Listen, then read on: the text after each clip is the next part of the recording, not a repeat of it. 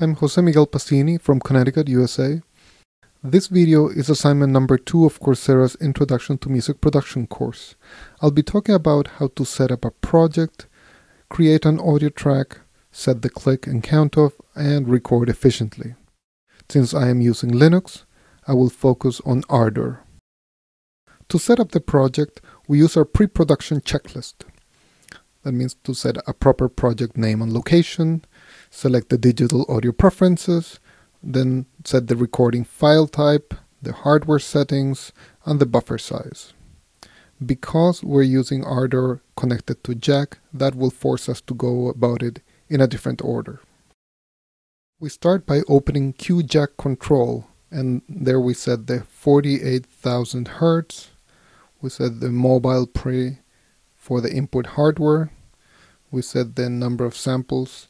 In this case, I'm choosing 512 samples instead of the recommended 128 because my computer is so slow that at 128 it crashes. Unfortunately, this gives 21 milliseconds latency. We then start Jack using the play button. Next, we open Ardour. We choose to open a new project, and then under the menu Session, Properties and Media, we choose 24-bit samples and broadcast wave for the file type. Next, we add an audio track. We choose mono because I'm going to be recording from a microphone, and we choose a good name, in this case, mic voice. The click is shown by the metronome icon in the top left corner. By default, it is on. Now, as far as I was able to determine, Ardour doesn't have a count off. So, based on what I read on some websites, I'm going to use a trick of using a punch-in to simulate the same effect. I start by snapping to grid. That means that when I select a point, it's going to be exactly at a subdivision that I choose. In this case, quarter notes. So I'm going to choose a point at the beginning of a bar. Then I add a punch point. In this case, this is part of the efficient operation. We start to memorize the keystrokes that we need. In this case, the open left bracket creates a punch point.